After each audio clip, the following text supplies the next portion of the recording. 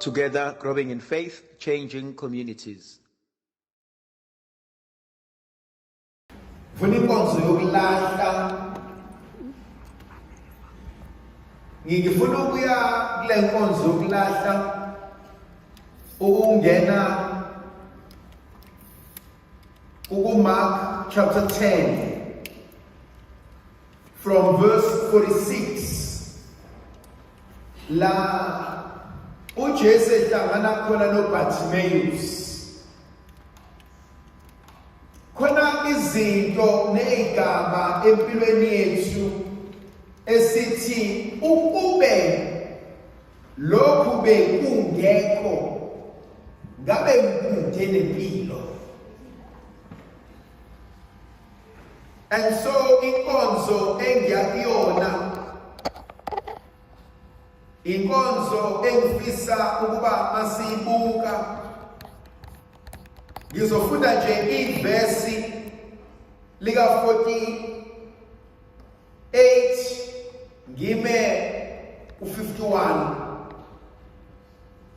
Abaningi bamkhuza bathi makathule, kodwa kwayikhona ememeza kakhulu ethi ndodana kaDavide ngihawukele.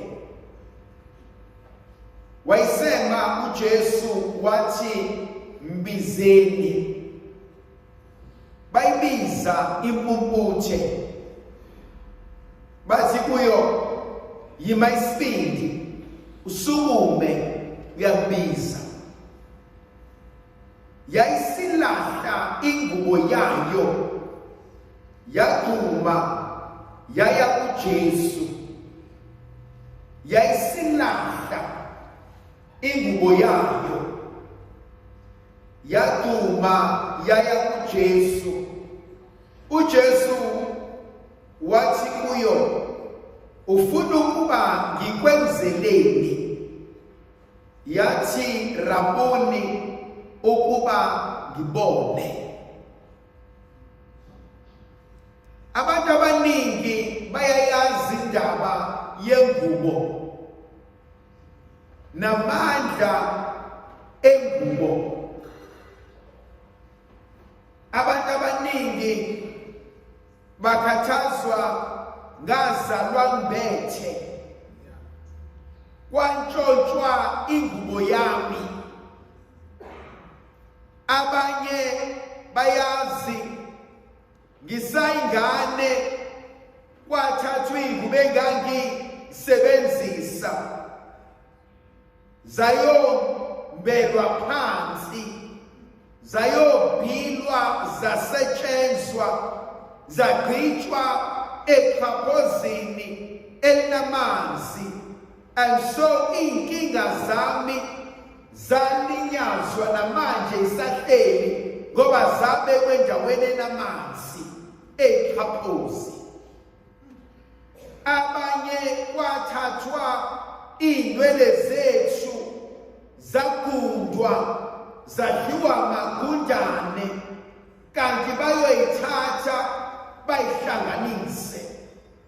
Abanye kwathathwa igazi lethu, abanye kwathathwa insila yethu, abanye kwathathwa ingubo yangaphansi inekiwe, abanye balala nathi bathatha uqobo lwethu bayolisebenza. Abanye bathatha amagama ethu bawabopha bawafaka okhambeni base beyasigila. Kuningi esasinako okwathathwa. And so mawukhuluma ngengubo kwabanye abantu ukhuluma ngezinto ezathathwa ababeyidinga ukuze bakwazi ukusigila basilimaze. Ingxenye eyodwa yengubo leyo, ingxenye yesibili yengubo efuna ukuyibheka yilapho Eliya esezoshona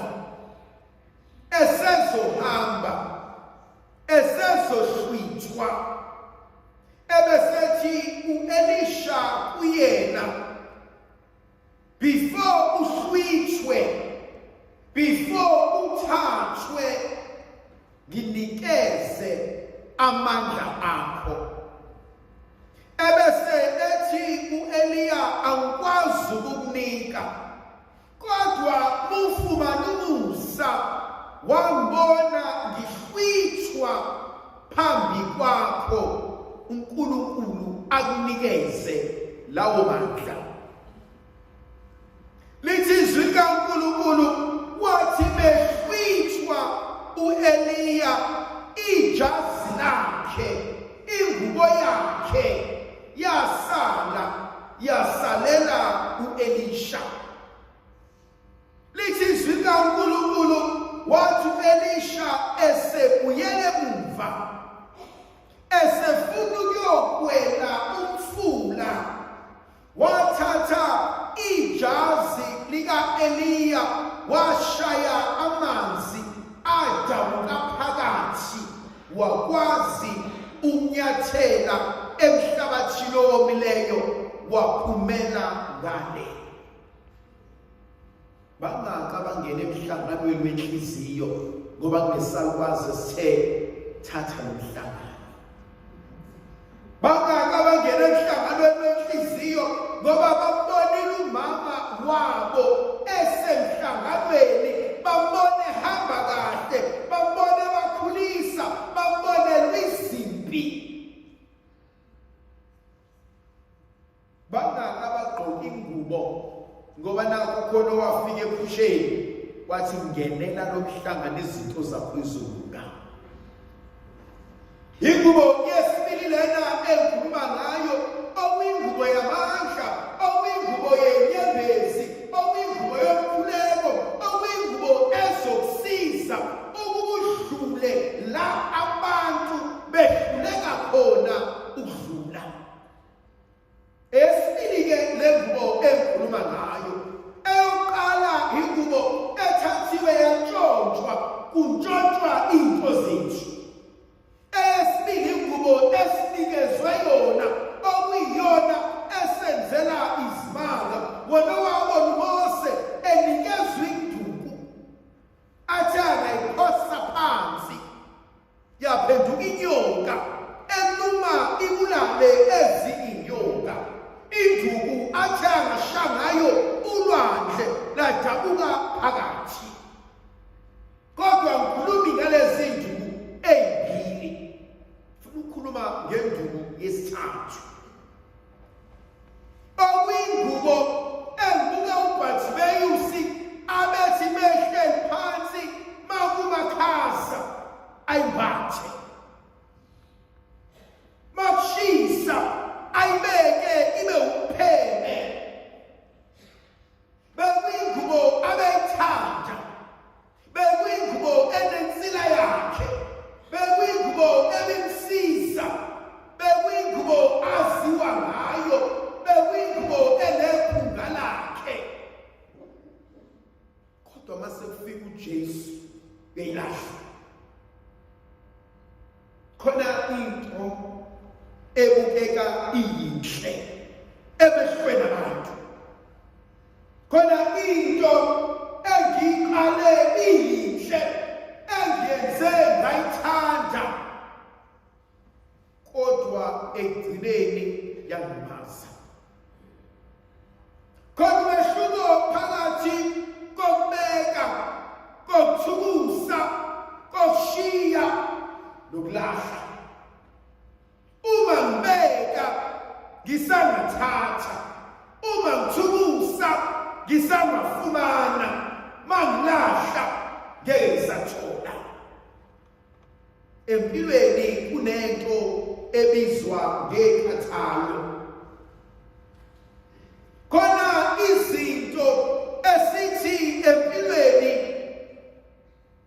ukube lokhu nalokhu akukho, ngabe ngikude nempilo yami.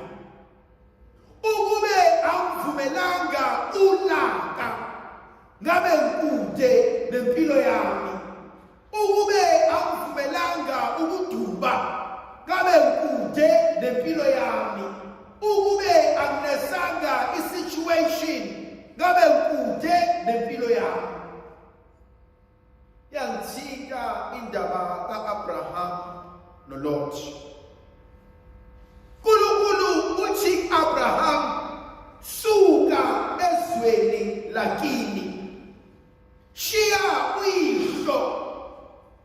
kunento engizokupha yona. Abraham ngomusa wakhe uthatha uLot. The moment Abraham ethatha uLot, it's the day uNkulunkulu enqaba ukukhuluma noAbraham. Khona abantu uNkulunkulu no matter how much efuna ukubusisa akakwazi ukubusisa kusakho kusibanibani empilweni yakho. Khona abanye abantu by definition izinto azikulungeli ngoba basempilweni yakho. Ngesintu khona isihlahla, khona isitshalo, khona isithombo esingatshalwa ekhaya. Asitshalwa egcekeni, asondeli egcekeni, masike satshalwa umndeni uyadungeka. Masike satshalwa umndeni uyaqothana. Masike satshalwa umndeni uyahlakazeka. Ubotshala udubunina ubone ingane zakho zokuthanda yini. And so kunabantu empilweni okuyibona ngokukhona babo empilweni zethu izinto zethu ayikwazi ukuyaphambili. Kodwa abahlehle, abasuke, abashenxe ubona uNkulunkulu esibusisa. Khona indawo athi uNkulunkulu ngiyafuna ukubusisa, kodwa leya ndawo ayinhle for lesi sibusiso, yingakho ngeke ngikwazi ukukunikeza ngoba la ohleli khona asikwazi ukubusisa. Ngicela ukugaba khona idlozi elithi ngiyafuna ukubusisa kodwa ngikwazi mntanami ukubusisa ngoba le ndoda othi ushade nayo thina asi-approve. And so uthola ukuthi idlozi laseKhabonga bathi mntanami konke khona kodwa asikuboni ukephi ngoba basibusisa laba bantu basithuka, therefore asikwazi ukukunikeza.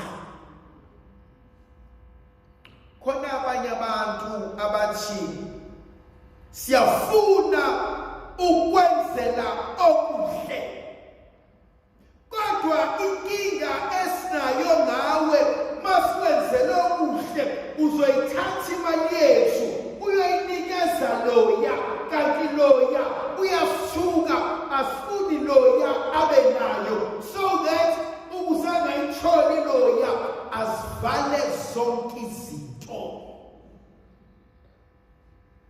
Uyeke umuntu oshayelwa yena yiloya, kodwa ngoba wena unenhliziyo enhle enenkani engafuni ukusuka kuloya muntu, wonke umuntu uzolimala. Khona into ekuthiwa yikhathazo noma yikhathalo. Yabona umuntu ovuka ekuseni ayojima namhlanje ajime kusasa ngesonto elizayo sekhathele. Yabona umuntu oqala umkhuleko aqala faste namhlanje aqhubeke kusasa ngolesithathu usekhathele. Yini lena engikhathazayo? Yini lena engafuni ukungibona ngiqhubekela phambili? Yini lena edunga izinto empilweni yami? Yini lena enenkani engafuni ukuphokophela? Yabazi umuntu onolaka odelelayo, odubayo. Ngiyamsaba umuntu odubayo kanti akancengiwe. odubayo kanti vele abamncikile. Khona abanye abantu ngokuduba kwabo, ngokudelela kwabo, baze badelele badume nabantu ebebezobakhipha enkingeni ababhekene nazo. Yibulawo ukulwisana nabo bonke abantu empilweni yakho. Yibulawo ukuluma isandla esophilisa. Yibulawo ukulwisana nabantu abazokunyomula enkingeni zakho. Yibulawo ukuzitshela ukuthi ungcono kunomunye umuntu. Emehlweni ethu ngokwenyama ubukeka engelutho, kwelikamoya lowo muntu is more powerful than wena. Abanye bethu balinyazwe ukuthi ngimbuke ngamkala, ngayitshela ukuthi akekho eklasini lami. Abanye bethu izinto ezisilimazile, ama-covenants esangena kuwona, izinto esavumelana ngazo ngalesa sikhathi. Athi uPostoli Pawuli, ngisayingane ngenzisa okomntwana, ngadla okwabantwana, kodwa ngithe sengikhulile ngadla okwabantu abadala. Khona abanye bethu esishawa izinto ukuthi enganingangivumile, engizokwenza, kodwa bese ngiyakhohlwa ukuba isimo sesishintshile, angisakwazi ukukwenza ngoba mangiqhubeka ukwenza ngizolimala. Abanye bethu izinto eswele ukuba sizilahle,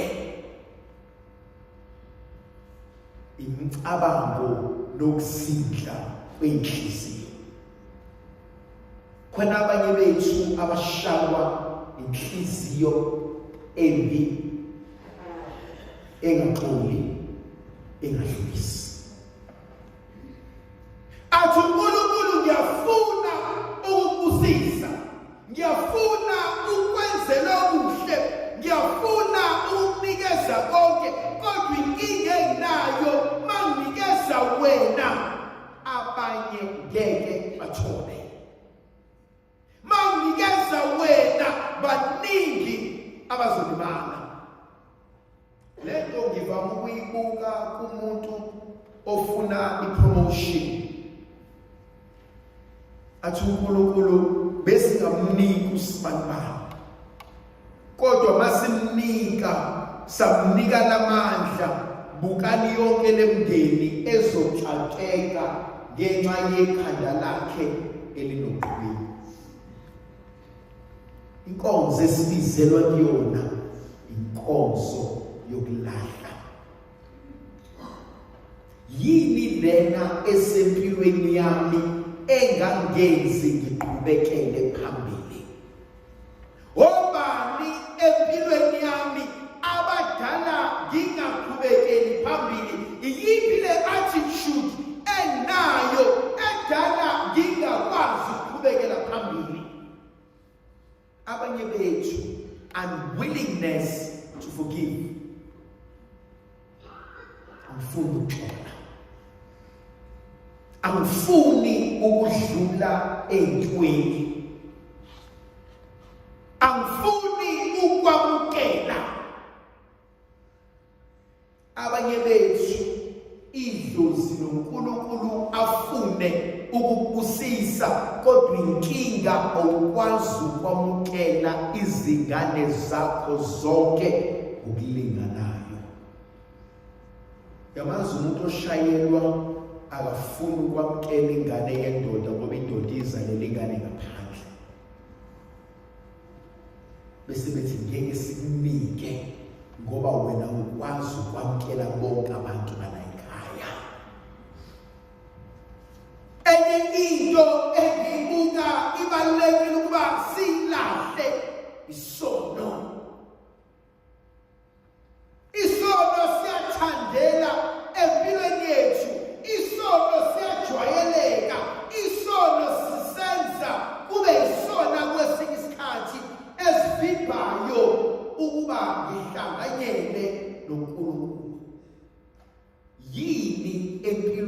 yakho neyami evimba nedala ukuba ngingaqhubekeli phambili.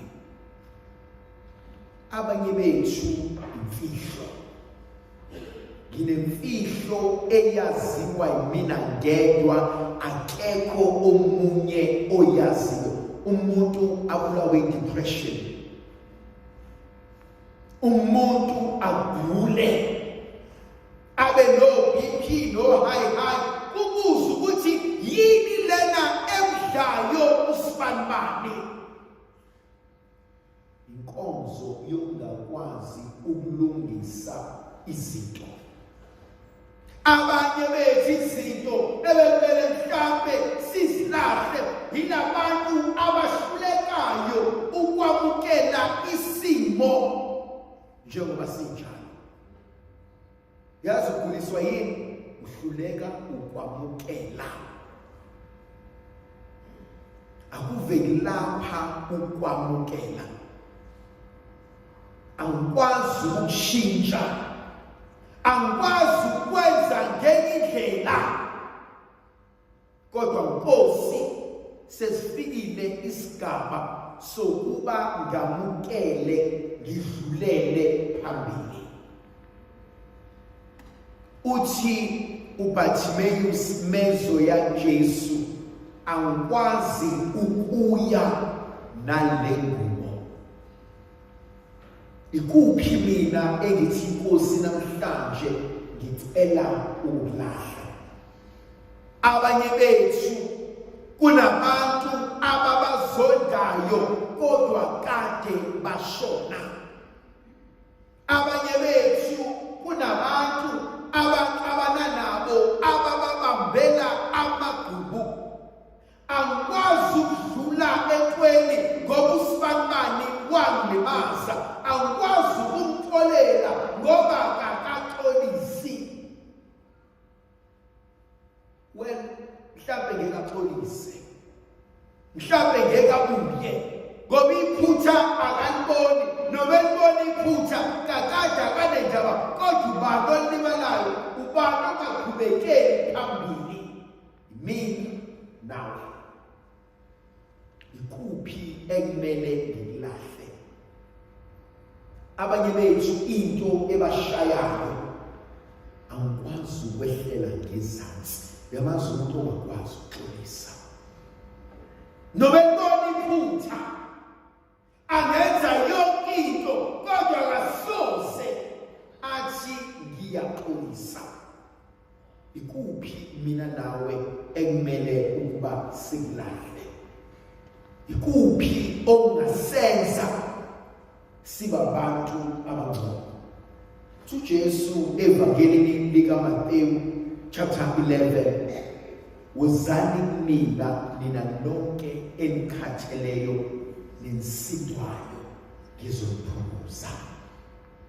Yikuphi engithi Nkosi, lokhu sengithwale iminyaka ngeminyaka, kuyangisinda, sengicela ukukushiya, sengicela ukukulahla, sengicela ukukunikeza wena, ngoba mina ngokwami kuyangilimaza, ngoba mina ngokwami ngiyakhathana, ngoba mina ngokwami angikwazi ngiqhubekele phambili ngakho. Abanye bethu silinyazwa ama-decisions athathwa abazali bethu, silinyazwa izinqumo ezenziwa abazali bethu. Abanye bethu siqhubekela phambili nezinto ezaqalwa ngabazali bethu.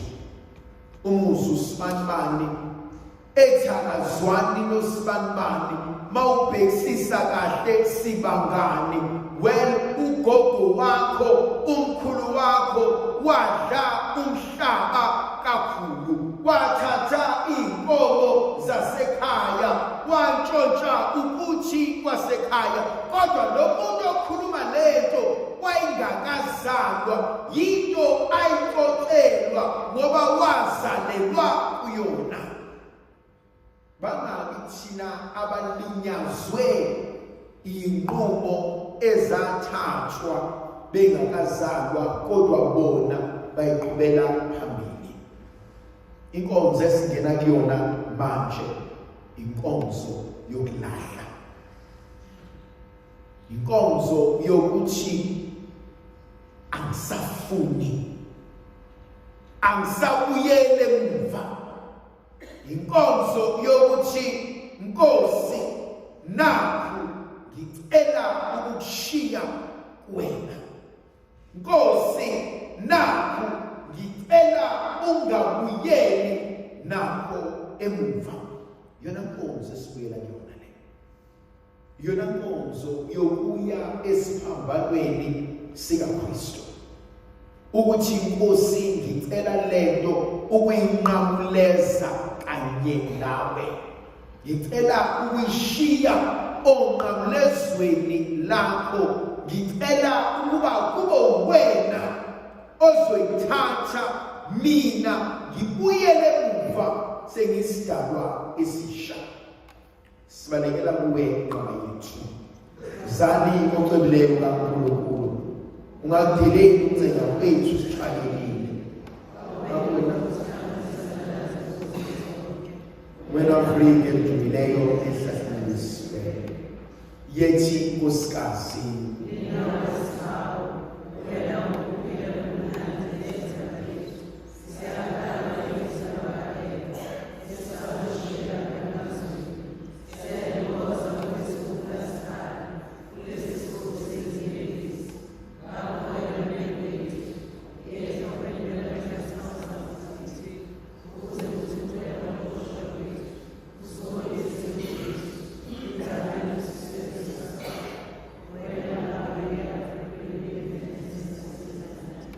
Ingamalungayisibele indodana nomoya ocebileyo.